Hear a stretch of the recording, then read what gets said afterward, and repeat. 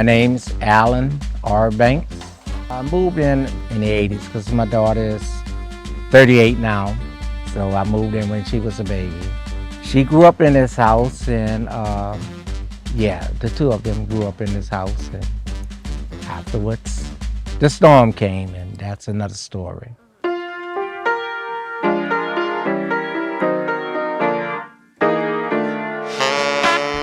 My name is Mia Correnti, and I'm the Director of Lending Services for First Horizon Bank. Rebuilder Day is an opportunity for our associates to come out and participate in an activity that helps ensure that our community and everyone in our community has a safe, beautiful home to live in.